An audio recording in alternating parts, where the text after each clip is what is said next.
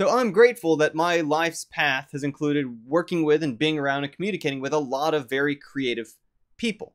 And I don't mean creative like they're naturally born with the ability to create things. I mean that they're people who have continuously created things. I think that's a more useful way to look at creative, who's creating stuff, right? It's not about who has ideas, it's who's doing something with it. But one of the universal traits among creative people, and I suspect this is probably true about you too as a viewer of this channel, is that they'll look back at their past work and maybe not feel so great about a lot of it.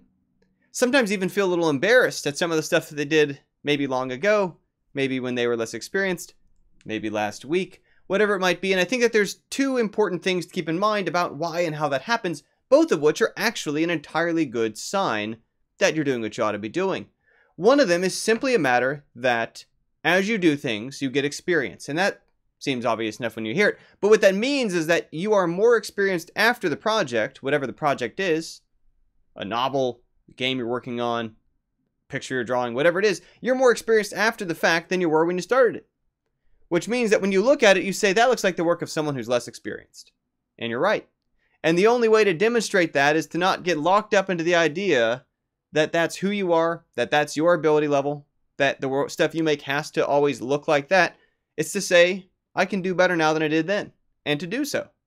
And to keep repeating that, to make yourself something to feel ashamed of in a week, in a month, in a year in the future, at how much further you'll have come by then than where you're at now. That if you're always at least a little bit ashamed of your past work, it's natural, it happens to everybody. It's to instead have pride that you've come along far enough from where you were then that it doesn't look that great to you now. Now, the other thing that happens, and this is a popular thought among the sort of creative community, that one of the reasons why we don't have more creativity in many office places or corporate environments is because there's this classic problem of in order to have one good creative idea, you've got to be able to have the 9 bad ones. That most original ideas aren't that good, most of them don't stick, most of them don't pan out the way we imagined, but that the only way to get something that's not just a copy of what someone else has done before is to be able to fail a bunch of the times. To be able to, like I say, have those 9 bad ideas for the 1 in 10 that are any good.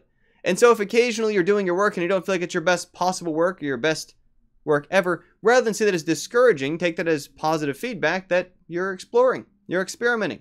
You haven't gotten so set in your ways that you've become a coward, only repeating the past work that you've ever done that's been very successful. That you're still growing, you're still trying new things, you're still not set on having found who you are yet, and you think you can and will be better, and that's how it's going to get you there, is taking those chances of doing more and different, other kinds of things. And occasionally those are going to, they're actually, not just occasionally, more often than not, going to sink more than they float. If someone only ever does work that they feel is great, they're probably not growing. If someone only ever does work that is well received, they're probably not taking chances. And that's going to catch up to them as the world's going to keep changing around them and they're going to get frozen in fear and staying the same. So, once again, those 2 reasons are why I think it's important that as a creative person, which by once again, I want to emphasize, I mean a person who is creating things, not necessarily someone who just magically somehow has better ideas. I'm a strong believer that the source of ideas is tightly interlocked to the act of creating things and the experience that comes from creative things.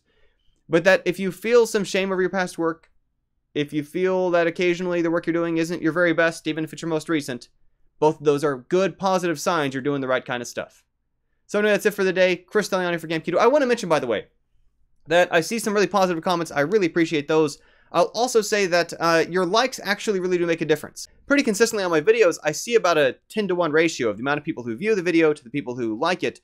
And the number is so consistent. We're talking like 70 for a 700. We're talking about 100 for 1,000. Talking about 200 for a 2,000.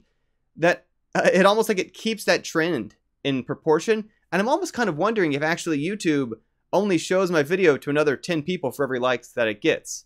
Because even then, those numbers are so differently skewed than my subscriber count. Anyway, just me thinking. But I always want to emphasize, your likes really do make a difference. If you like the video, by all means, please like down below. And of course, if you don't like, I'm not trying to convince you to do otherwise. But that's it for today. Chris Deliani, I look forward to playing your games in the future. Thanks.